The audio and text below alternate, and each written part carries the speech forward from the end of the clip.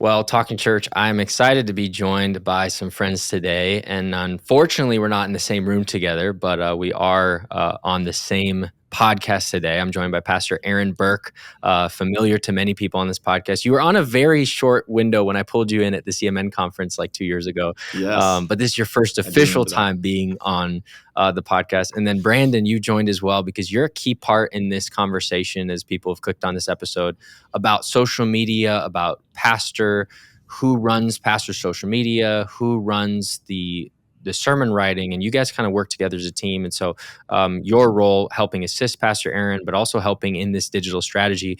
From a year and a half ago when you started, Brandon, Pastor Aaron, your social or your Instagram specifically was around 20,000 followers, which is nothing to sneeze at. That is an awesome thing, great influence. But since then, grown by over 10 times to 210,000 followers.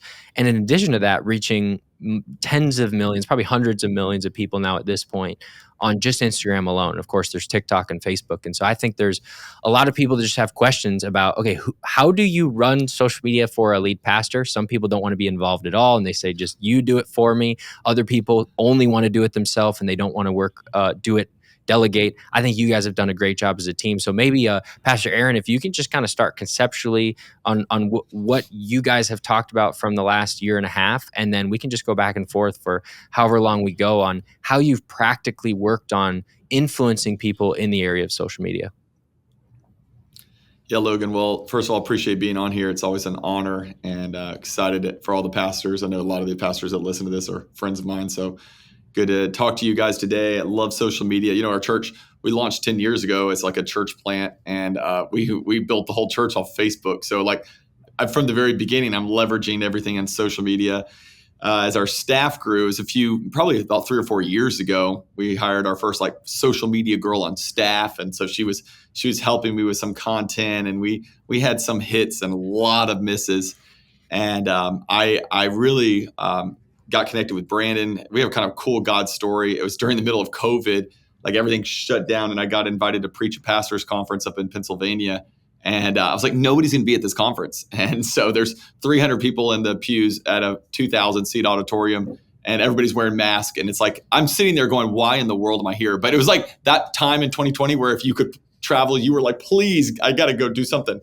And I met Brandon at that conference. And so he felt God call him sometime after that to move to Tampa. And he got involved in the church, and I got connected with him, took him out to coffee one time, and just felt like, man, I think he asked me to go to coffee, and I hung out with him, and I was like, I got to get this guy on my team. And so Brandon and I have just been like the rock star dream team. And I brought him in to really help me in ministry, all things media, all things social media. He travels with me all the time. And when people ask me, they're like, how in the world has your social media and your influence and all that stuff grown so much? I'm like, I'm not that good. It's all Brandon Martinelli. So tell him to talk to him. So hopefully he'll help a lot of people today, but we kind of got a really cool flow going, and I hope it's a good model for some people. Yeah, it's been awesome. I mean, we typically puff each other up. It's like I can do the technical side, but Pastor Aaron definitely brings the content and the meat of the content to all the platforms that we service. So it's been an incredible year and a half of learning leadership, ministry, content creation. Social media is not my original background. However, technology and communications, marketing, and video production mainly were my education that I pursued. But somehow social media has always found its way into my job description, and I've been able to excel at it by the gifts that God has given me. And yeah, they just easily integrate into one another. But it's been an awesome way to be able to show God's glory and all that he's doing at Radiant Church, and specifically through this ministry of Pastor and Social.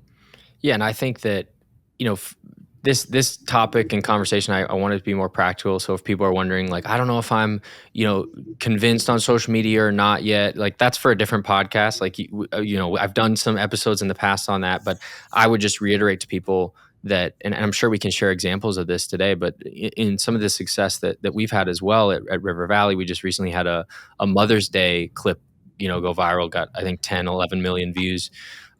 Just people sharing that, and we gained like 7,000 followers on our church account just from that one video. Wow. And so that was a few weeks ago, and I just think it's impacting people. It's where people live. And so I know you guys believe that, but again, I don't think we need to take 30 minutes talking about that specific topic. I think it would be helpful if maybe you guys could walk us through what is your process, because again, I'm involved in this to some degree as well with my dad's social media.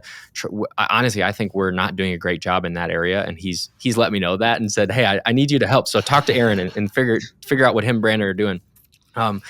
But take us through the process of, like, you have a sermon clip. I think a lot of people are wondering what part of the sermon, like, how do you guys work that out? How do you work together from the technical side, as you mentioned, Brandon, but also from a ministry side? There's moments in the church service that are awesome in service, but it's hard to translate on social. There's other moments that are really great on social, but does that really, is it really what you are trying to come across, or you just kind of cut it up to make it go viral? So how have you guys worked that out to really do effective ministry? Because when I watch your clips, Pastor Aaron, it's not like, oh, wow, he just did that to go viral.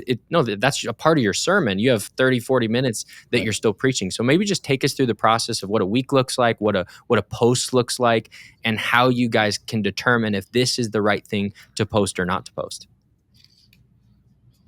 Yeah, totally. I think it's important to note that whenever we started, like, we really had no idea what we were doing, especially me. And I would say the number one motivator is to just start. And I know, at least right now, like, we're trying to get our, like, grasp on YouTube right now. And I feel like I've been paralyzed with so much feedback and statistics and all of this that, like, it's hard to make a move. So I say that to the social media creator that's just starting out, like, don't overanalyze the process, just start, because anything that you're going to make after that first video or that first post is always going to be better than the one before. So start, and that's going to be your launching pad. But to answer your question, like, what a typical week or process for us to create videos and content looks like. Again, the very beginning was just an experimental journey. It really was.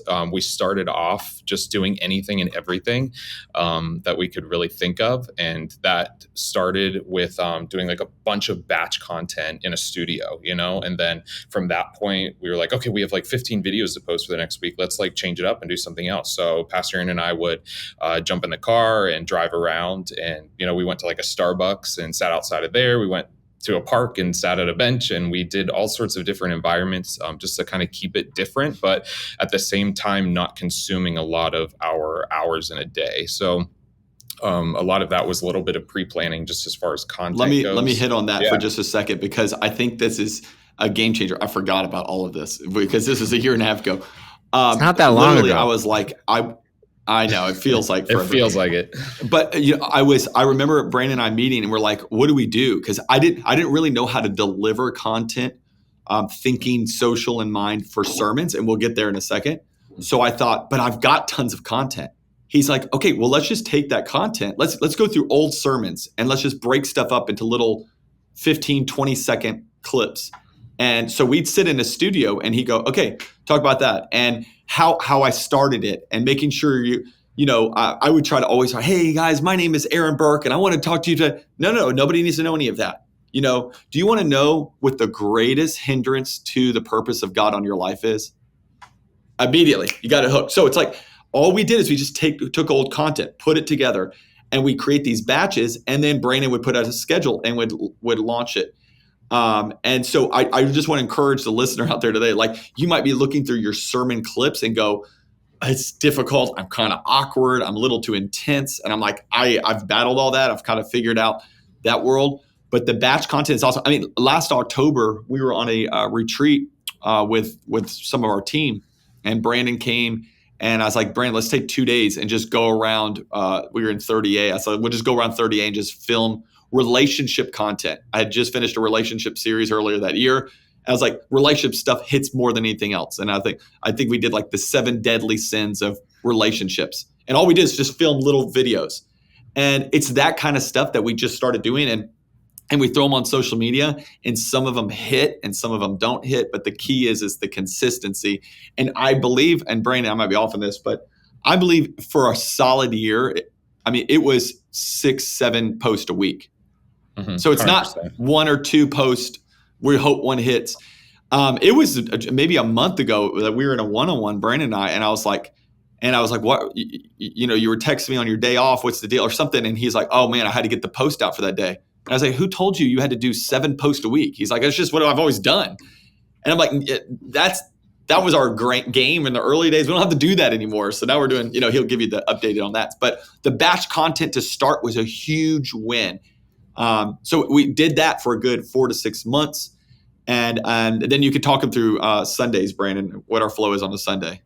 Yeah. So there's that side of content that we just were talking about, but then there's like the Sunday sermon stuff. So that's obviously going to be the low hanging fruit that any pastor is going to have, that their social person or content creator can pick off that branch. And so our process for Sundays has really become kind of a science, and I think that is attributed to Pastor Aaron's just crosses all the T's, dots all the I's. And so what our Sundays look like now, basically we have 4 services that we preach or that he preaches at our broadcast location.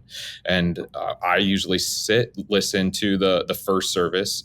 And then after the first service, we have a team debrief that I'm sure many churches have with their whole team. But so we listen and kind of analyze the sermon there. And then he and I, after that meeting, sit one-on-one and we just go through his sermon notes. And I have it very good because Pastor Aaron sticks to his sermon notes pretty well on any given Sunday. So that really helps with accuracy and consistency when I'm recording, because I record handheld. I rarely ever pull from like our broadcast or feed that we're recording through production.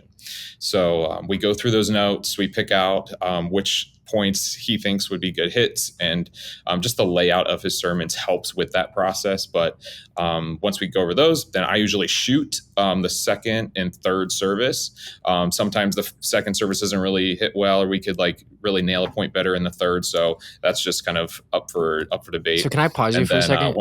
So just to reiterate what you're saying, so that myself and those listening are understanding you right. What you're saying is you're actually sitting in the audience with a camera in your hand, and that's where the clips that you see that are kind of more experiential rather than more production focused. Because I think most people are just pulling from their live stream feed or their iMag product, and it can feel a little bit impersonal, or people are wondering why that's the case.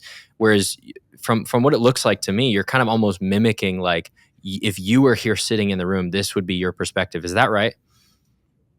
That's exactly right. Yeah. And the reason we chose to do that, I don't know how long after I began on staff, but our church account uses that feed or that recording. And so we wanted Pastor Aaron's account to stand apart from that, because we're going to be using a lot of the same content, and to have it be the exact same recording just doesn't help, individualize his account.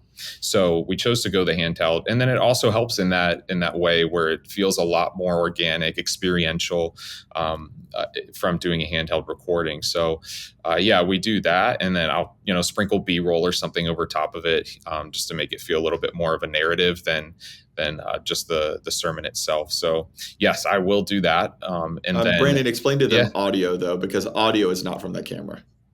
Correct. Yeah. So audio is a big thing for Pastor Aaron. He loves to have, and I mean, who doesn't love to have crisp quality audio? But I will use our whatever recording we have through our production to sync up my handheld stuff versus the actual. Is that just a manual sync that you're doing, or is that something where you're actually going into your editing software and syncing it, or do you have like a AI tool that syncs that together? Oh my gosh, Logan, I'm sure there's an AI tool, but I can be so archaic in some ways, and I just do the manual like sync up, but it literally takes me like you're used to it now, so you've done it. Yeah, I'm so used to it.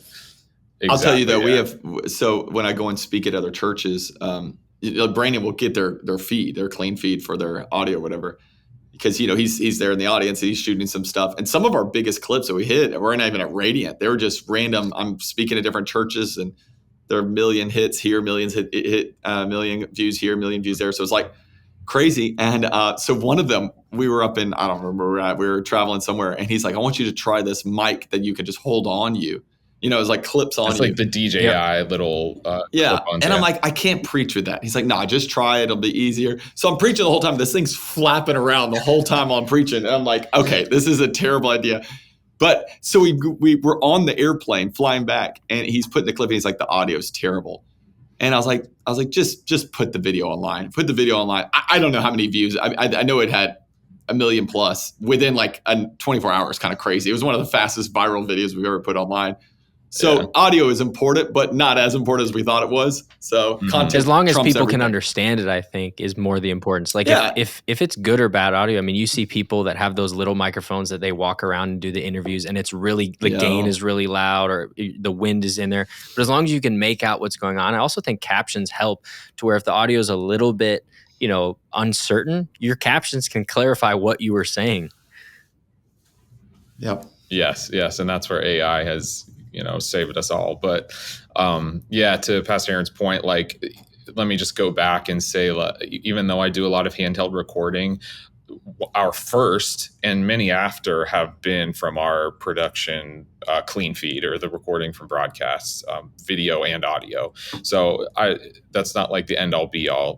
Like we said, it doesn't have to be super sharp and crisp. Anything can hit, and you just won't know when and where. But that's so after, I'll just finish up. After I'm done recording, then I'll just edit through a couple clips. And we already have that like gauge of what's going to hit anyway. So I just kind of pick out what I feel like the most overarching theme of the sermon that pairs well with a post for the Sunday. And I usually have it up by like 2:30, 3 o'clock in the afternoon. So after that service, and this is like a Joel Osteen type thing. I heard that like he's the number one TV preacher in the world, no matter what your opinion is of him. But and I heard after he gets done preaching, he went up and he edits his whole sermon to go on, to stream out. And I was like, that's crazy. But there's something that only the preacher can understand what hit, like that moment. So I will finish preaching 4 services, and Brandon will come into my green room. I mean, we kind of hang out there all day, but he's there, and he's like, "Hey, here's a couple of them that I've got ready to go. What are you thinking?" And I'll sit there and edit it. I mean, it's like 2 seconds. Take that 2 seconds off there, put this on there. So we're working it together. And then there's sometimes, we'll argue, we'll arm wrestle, we'll do whatever we can. Like he's like, "No, I think this is better. I think this is better." I'm like, "No, trust me." So but basically, we want a post out on Sunday. And, we just preached it to the whole church, that message. People are still, thinking about that message. Hopefully people that go to the church, hopefully maybe follow their pastor. And then we want to be able to promote the message through a sermon clip that day. And so our sermon clip hits about, 2 o'clock in the afternoon. And then our sermon itself is on YouTube by, 5 p.m. that evening. So the whole goal is that we're striking while the iron's hot. And it's shocking to me because when we put a video up on Sunday, by Monday morning, we can know like, oh, okay, this is gonna reach 1 million people, or this is gonna be another cool clip that reached 20, 30,000 people, and hopefully it helps some people. But the whole goal is to push it to the message. Push them to the message, and then from the message to push them to the church. I'll tell you the craziest story. So Brandon and I started this in, November. We didn't know what we were doing. We started throwing out content and very little growth. It's like anything in life. It's going to take longer than you want it to take. It's going to be harder than you can imagine. The results are going to come, but they're going to come not as quick as you want it to come. And so we start just throwing content out there. It's the parable of sowing. We just kept sowing. So then I go on sabbatical. I celebrate 10 years as a church. So I took a 10-week sabbatical, and I go away on sabbatical. And while I'm on sabbatical, and I think Brandon was gone too, like you were on a mission trip or something. Yeah, I was out of the country on a mission trip. And it's literally, we never had a video over, 10, 20,000 views ever. And one of the clips hits, and you can't, like, it just went off. And Brandon, I don't even know which one it was, but I think it's still pinned to the top. It's at like 6.6 million right now, which is one of our highest. Yeah. Yeah, so it goes off everywhere, and then once one hits, then people start watching others and start watching others, and it blew up, and it blew up like crazy. So then about 2 months later, and so tens of thousands of people started to follow up, started listening to content. Sermons on YouTube started to blow up. It was crazy. So it's the viral story. Like it's but viral for all the right reasons. You know, it's like, it's not for my fame. I don't care about that. It's like, are people going to get saved, or it's going to help people? And I've always kind of battled, like, what's the purpose of social media growth? So September, so July, June and July, these things blow up. September, I'm in London with my father and mother-in-law, my wife. We're there, and I'm walking out of my hotel room to go to a little pub to eat. And we walk out, it's 9:00 at night, and this lady runs up to me crying, and she's like, Aaron Burke. I mean, tears coming down her front. And I'm like, oh no. Like, and I'm a small little local church guy in Tampa. Like, nobody knows me. She runs up to me. She's like, Aaron, she's like, I cannot believe it's you. She's like, she's like, about 3 weeks ago, my husband tragically dies. I get on social media, your clip pops up, the one that went viral. She's like, and it brought me so much hope. I've gone now. I've watched all your videos and sermons on YouTube. I'm back in the church. You helped me through the lowest moment of my life. Wow. So I'm like freaked out, going, there's a purpose in all of this. I FaceTimed Brandon right then, and I was like, dude, don't quit. We got this thing. So it was just showed me, like, it's more than just for the fact that, like, you're trying to build a platform or even trying to build a church. You're really trying to help people where they spend the most time. And everybody's on their phones. So, and we're thinking that way. Like, I've stopped all, like, not advertisements and like promotions. We don't do that. But, like, I've stopped more like, hey, come to this event. And hey, I would love to see you at this conference. Because it doesn't help us. What helps people is, I don't know how to raise my kids. I don't know how to have a healthy marriage. I don't know how to spend my money. I don't know how to live in a healthy lifestyle. Teach me something valuable. And if we put valuable content out there, people will want more of it. Totally. No, that's such a cool story. And I'm sure now you have many stories like that of people coming into your church that say, hey, I saw, the videos on social media. They encouraged me. I was looking for a pastor. I was looking for a church. And again, you guys are growing and have tons of different locations in Tampa. But I'm sure, again, without putting words in your mouth, I'm sure you would say that social media influence has had at least a part into growing your campuses. I think it's had a drastic, huge part in it. I mean, we're launching our 10th physical campus in Tampa in a couple months. And a lot of that is like, people are watching sermons and stuff online because they saw stuff on social media. So it was a great investment into it. It is a massive, it takes a lot of time. I mean, Brandon is obviously, he's full-time at the church. He's my ministry assistant. So he runs a lot of different things for me. But social media alone, Brandon, how much of that is your week, do you think? Yeah, I probably about 20 to 30 hours a week, just depending on, how much extra stuff outside of just like hard posts. But yeah, it's a full-time job for sure. And just to tag on what Pastor Aaron was saying is, like, I mean, I get the DM access, so I can see all the messages that come in, and like one after another that just say, hey, I lived in Ohio, I lived in Minnesota, and I've been watching you guys online, and I'm moving to Tampa, and I can't wait. And it's like, and you see that on our Easter survey cards, they're all moving from our church. They check the box. Yeah, they're like, we're in this church called River Valley, but their social media needs help. No, Yes. you didn't say that, Luke. Yeah. No, they're saying, man, it would be nice to live in Florida when it's negative 20 degrees in February. That is the truth. That is right. More of the truth than the social media. Yeah. We'll take the snowbirds, and then they'll come back to you whenever it's summer. But I think maybe if you talk about some of the things that you've learned about what type of content. Obviously, you talk about trying to engage with people. You mentioned parenting and relationships is something that's popular. But have you seen, like, in themes, you do this batch content, or you do these sermon clips? I'm sure there's times where you feel just like that clip you said, that I don't know if this is even going to go viral, and it does. So there's some things that surprise you. But on the other side, I found, at least with some of the social media, we have a few clips that have hit 1 million with the podcast. But I find sometimes you go, I know that one's going to do really well, and it does, or I don't know if that's going to do well, and it doesn't. Again, there's always those surprises, but I think as you do this longer, you start realizing, just like a sermon, like if there's a sermon that's on your heart and you just have you've prayed through it so strong, you just feel this is going to impact, like it's impacting me as I'm praying through it right now. I think a lot of people underplay that on social, but you guys have had this 18-month span where you start to see, are there themes that are coming out? And of course, everyone's different. Everyone has a different voice. And so I want to encourage that too. Don't just copy what you guys do because that's what, works for you. Everyone has a different voice, but I still think it can be helpful to learn what you guys have learned about maybe some areas that seem to perform better than others, or styles that seem to reach out more to more people.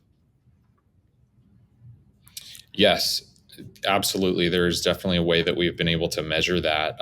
And time just helps, you can speculate all you want, but it's just that consistency over now for us, a year and a half of posting. We can anticipate a little bit more of what will work, but I can let Pastor Aaron speak to more of the sermon side that's on his heart. But from me, that is kind of receiving that.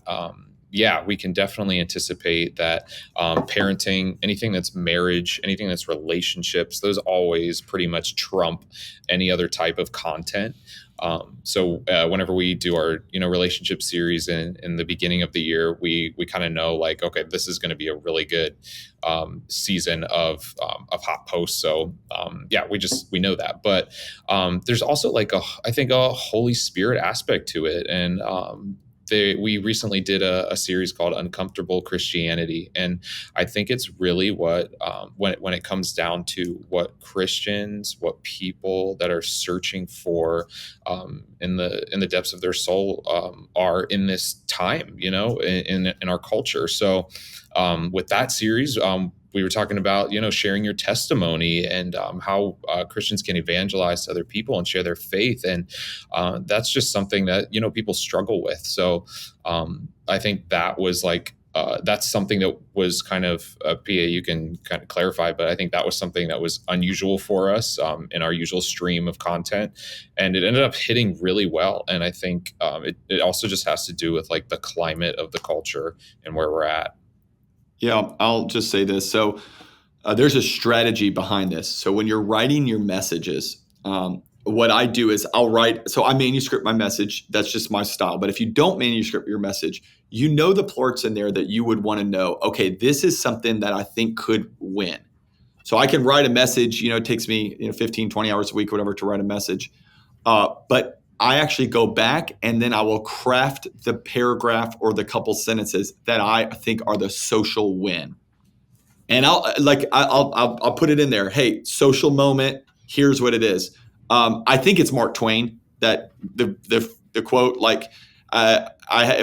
he said something I would have wrote a shorter letter, but I just didn't have enough time. Right. Do you know what I mean? It actually, I'm sorry it spoke so much. I just didn't have time to make it short. It actually takes time to condense big thoughts into small moments. So that actually takes me more time than even writing a sermon. So for instance, everybody needs to trust God's timing. Probably the most, I don't know if it's the most shared. I don't know how to even look at that. But what I think has been ripped from me the most, that's gone viral all over the world. I mean, all over the Middle East. I get these clips from the middle of thing. It's all about God's timing. And it's this clip where I did this whole series off the book I wrote last year about how God's timing and your timing are different. So it starts with, and I remember crafting this, where I remember sitting down going, okay, Brandon, I'm going to have a moment where I'm going to craft this statement. And I had to put it down, and we're like, no, make it shorter. Make it shorter. How do we get it to 20 seconds to say everything we want it to say in that small little section? And it ended up being God's timing and your timing are different. And it had absolutely nothing to do with the fact that he preached from a jail cell the entire sermon. Yeah, I did. And there was a whole jail cell message, and it was cool. But the whole point is if you want things to hit, what I have found, the big mistake pastors do is they look for the most engaged, energetic, boom moment in the sermon that doesn't translate on social. So I'd find that moment where there's the veins hitting in my neck and I'm all excited. The people are all cheering. And then we put those clips online because that hit in the room and we're like, and nobody cares. Because here's a good rule rule to live by on this. If they watch the clip and they have no context, does the clip help? That's it. So if they have no context of the sermon, so like the jail cell honestly could have been something that hurt me in this, because you really can't tell it's on a jail cell kind of, because then they're like, why is this guy in a jail cell? It looks awkward. But the clip is, God's timing and your timing are different. Anything that God wants to do in your life is going to take longer than you want to take. It's going to be harder than you can imagine, but it's going to be worth something. It's going to be better than you could have ever thought. So we have to trust God's timing. It was something like that. And it's been ripped in, all over the Muslim world. Is pretty crazy. But the whole goal is you've got to take it and condense. So when Brandon and I are having those meetings on Sunday, we're actually sitting down going, hey, that was really good. And he's going, Aaron, your cadence, talk a little bit slower, look a little bit, right. You're way too intense in this moment. I know we want to reach the 7,000-8,000 people at Radiant on that Sunday. That's amazing. But think of the hundreds of thousands that could have this one moment if you think of it this way. So again, I'm not preaching for social media. I'm just going, it's funny because we've got a flow now. So he's kind of on the corner. He's got his camera there and he's waiting. So he's already sat in the service. He's already worshiped. We're spiritual guys. He's attended church. So now he's working. So he's sitting in the service and he's waiting. So he's watching my sermon notes, and I'm not word for word, but I'm pretty close. He's watching my sermon notes, and then he'll go, okay, he's about to get to the point, and I'll see him bring his camera up. Well, there's some moments I'm going, I feel like I got something. And I will literally look at him and be I'll do a little look. I'm like, pay attention, brother. And I'll see him and he'll go, and he'll grab his camera and put it up, and I'll have a moment. And we've hit it on some of those. So I just think it's that flow of going, I'm going to be intentional to take the message, shrink it down into a bite-sized form that's 20, 30 seconds long. And I'm going to make sure that if nobody knew the context, it wins. What?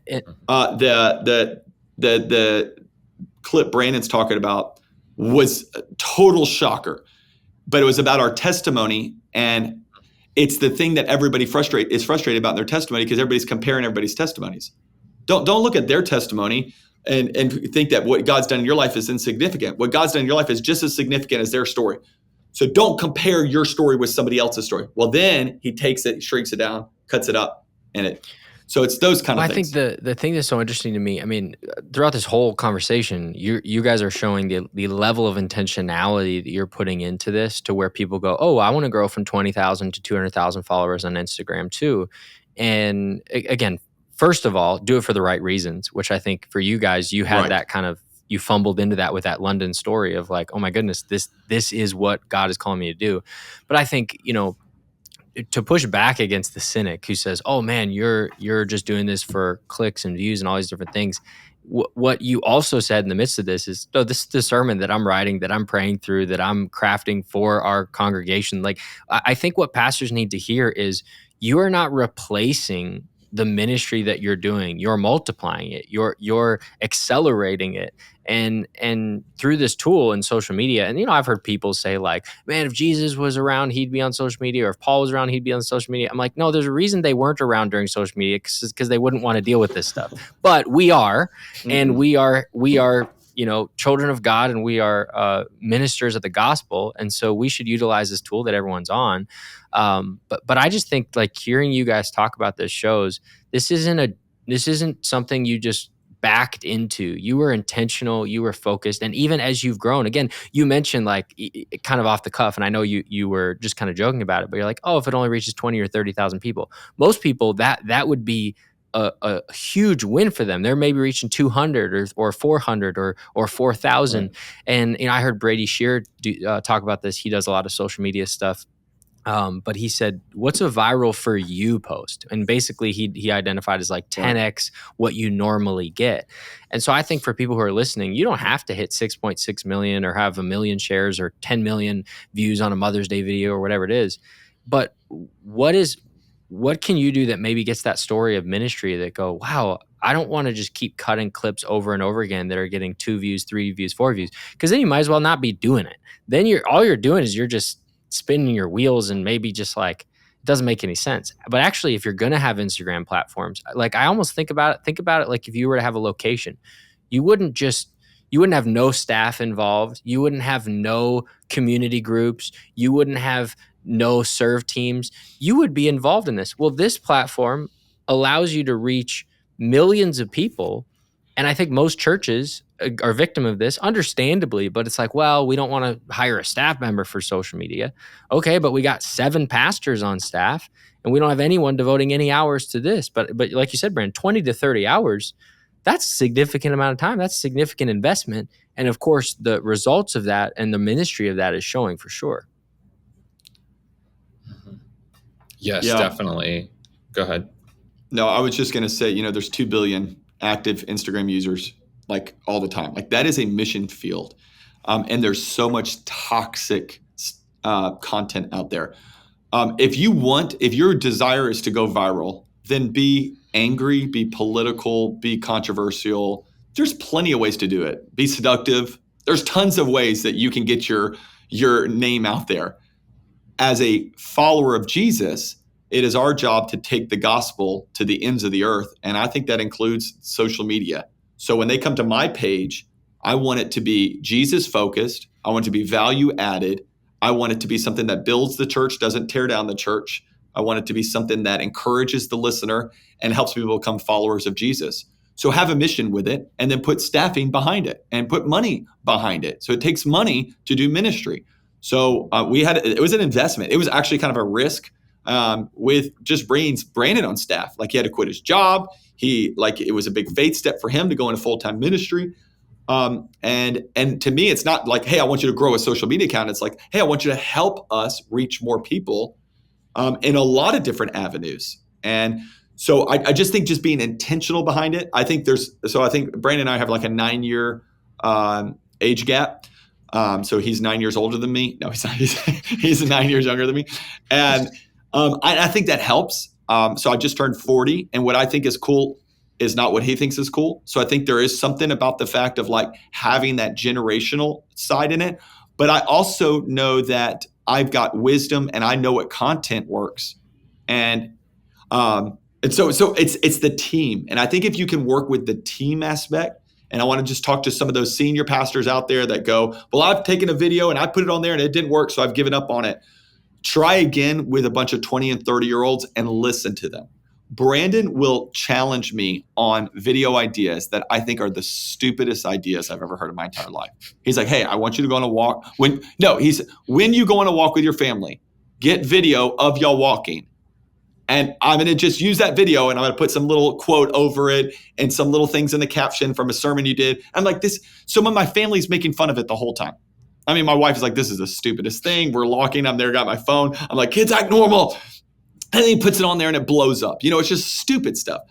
He came over one time and he's like, hey, I just want to get your like morning like Bible reading routine or something. I was like, nobody's going to watch this. This is so dumb. But it's the intentionality of let's keep trying until it wins. Mm-hmm. Yeah. And absolutely. I think people are so lonely and they're so like their mental health is just such a struggle when they can see people and even if they know it's staged or they know it's a little bit cheesy. My dad and I talk about this all the time. People are way more cheesy than we give them credit for. And again, I'm not saying that means we should just go cheesy and do things like that. But I think the nostalgia, like all of us, if we were to hear the song that played when we were at church camp, we'd be like, oh, this is the song. Like this is back when worship music was legit, because that's our era. That's our song. And I just think that all of us have those moments when you're reminded. I mean, this Mother's Day video, so many people commented like, oh, wow, that hit because it made me realize like to appreciate my mom or I miss my mom. She died and I miss her. And like, there's so many different things. And the last thing I'll say on that, and then Brandon, if you have any other thoughts as we close too, I think anyone who's older, who's like, I don't know if people care about what I have to say. Maybe you're in your 50s, your 60s, maybe even 70s. I've found, at least, and Brandon, I don't know if you've seen this to be true as well. I found some of those people are the fastest growing social media influencers, but they generally have somebody on the younger side to help them on the back end. But maybe the person that's listening that's on the younger side of this, maybe you don't have the wisdom or the life experience to necessarily share with people yet, but you could help somebody who does and use your skills to grow their platform, who has the wisdom. I think of people in every church in America that are just salt of the earth, amazing people that have so much great advice, but they don't realize the tool of social media could be used to help a lot of young people. But I see like people in their 60s and 70s that are just crushing the social media game because they have so much life experience to share. And you got kids that are afraid of all sorts of things, and they go, oh no, I lived through this war, and I lived through the Cuban Missile Crisis, or I lived through, the crash of this, or the .com this, or 9/11, all these different things, and I'm okay. And it's the joke of like, I walk to school uphill both ways with no shoes or whatever. And I do think there's so much wisdom out there, and you may think it's oversaturated. Good stories, good content, and good ministry, that is always going to be needed in a world of, like you said, Pastor Aaron, seduction and evil and anger and division. And so I want to encourage people who are maybe going, I don't know, it seems like a lot of work. It totally is, but maybe God's asking you to do it. Again, if you're listening to this episode and you've gotten this far in the conversation, maybe you are serious about this. Yeah, you make a great point, and I think Pastor Aaron uses a phrase often, and that's encouragement is like a shower. Everyone needs it daily, and that is the avenue that we have chosen to take our content. Again, you can do anything to go viral. There's many ways to do it, but this is the way we've chosen to. And by God's help, it's been very beneficial. And I think that goes back to kind of what you were touching on earlier, Logan, was that you have to establish your why and what you're doing this for. If it's just to, be loosey-goosey and you don't have a reason or a motive behind it, then it definitely isn't going to be as pointed, as directed, and you're not going to get the results that you may want because you don't have a goal in mind. So, for us, that was to glorify God in all the content that we do, whether it be family oriented, fitness focused, or sermon content. Then we want to bring people to the local church. And now that we've realized that we have a much larger audience than just those that have butts in the seats at our church, it's much farther. And we want to inspire them to go to their local churches. And the last is to just build up the body of Christ. We want them to be equipped to be able to go out, share their faith, and bring everybody to salvation. So that's worked really well for us because of just all the comments. And this is a very technical tip, is I am very intentional in engagement with our audience. I mean, I am, every other day, if not daily, scrolling through comments, liking comments, and I'm reading them. I'm not just a robot. You know what I mean? I like them. I read them. I try to get Pastor Aaron to respond to as many as I can without, hindering him in his daily whereabouts. But there's people that are listening, people that are engaging, and you need to be able to see them as a person, not just as a number, as a view, for sure. But to your other point, Logan, the older people that are bringing value to the social platforms, it's only a 9-year gap. We're not that, much different in age, but there definitely is value on both ends. I would say to the lead pastor or to the individual who is the figure of the account, don't write off the social media game, and don't write off the younger person who is going to be running that for you, because there is value in that. And then to the social creator, don't think that all of your ideas are the best. You have far less wisdom. I have far less wisdom than Pastor Aaron does.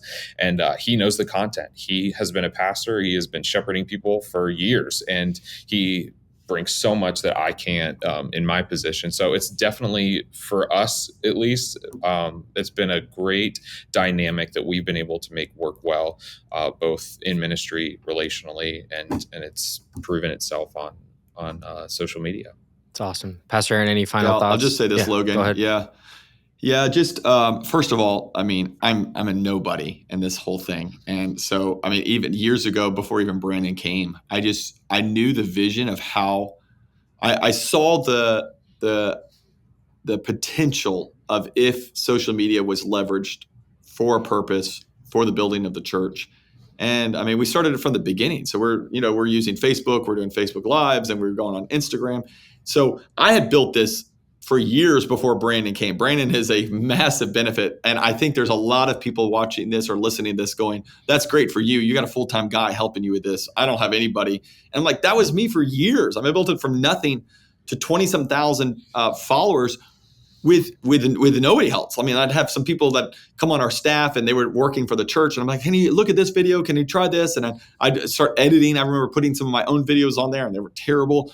But I just tried because I felt like I had something that was worth people hearing and seeing. And let me encourage the pastor that's listening to this. You have something of significant value to add to the body of Christ. You have a voice that needs to be heard. So if it's insecurity, you need to get over it. If it's a lack of wins in the past, you need to move past it. That there is something that you have to say that the world needs to hear. So put your voice out there. Craft the statements. Don't make them long. Don't make them exhaustive. Make it short. Make it concise. Make it to the point. But bring value to the people that are following you. And don't confuse them. So don't bring ultra value one day and then a critical spirit or some weird content the next day. Have consistency. Like when you follow someone, I follow a bunch of CrossFitters. I'm a CrossFit guy, and I can't believe I've even gotten 40 minutes into this without saying that, Logan. Like that's like one of the things we do. We edited it out. Like I follow them because yeah, there he goes. I want that content. Like that's the content I'm following them for. So if they're following you, they're not following you for some random thing. Like I used to do this stupid little dances on there with my wife and kids, and I'm like, people don't want to see that kind of stuff. They how do I raise my kids? How do I go through a tough time? How do I overcome depression? How do I see freedom from anxiety? Craft it down and watch how God will promote and grow the audience. And when he does, use it for his glory. Don't use it for your own. Let it build the church. And people do weird stuff. They're like, oh man, there's that celebrity guy. I'm like, I'm a normal person that just happens to have an audience that now I can reach people with the message of Jesus Christ in a really cool way. That is, by the way, inexpensive. Yeah. Because you mentioned right before we started recording, you said, "Oh, by the way, this is all organic. You know, we haven't paid." No, ads. Yeah, there's no ad. We're not putting money behind these things, and no fault to people that do. But in a year and a half, we haven't put money behind those clips. This is not like, oh, when we're paying for this, and hopefully it goes organic. No, like this is if people.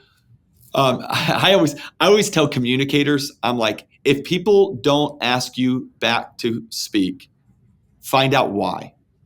Why is it that they don't want to hear you again? So maybe you went too long. Maybe your jokes weren't funny. Maybe you were a little awkward from the stage. Maybe you didn't have content that helped them. There's a reason they're not asking you back, and you want to know that. So if your social media is stagnant, there's a reason. And maybe it's you asking some of the 20-year-olds on staff or the 20-year-olds at your church going, what is it about my social media that makes it not value added to the listener, where it's shareable, where it's growing? And by the way, that's a good principle for all church growth. If people are not coming back to your church, like, hey, ask the tough question. Right. And you go, well, I don't know if I want to hear that because it might hurt my feelings.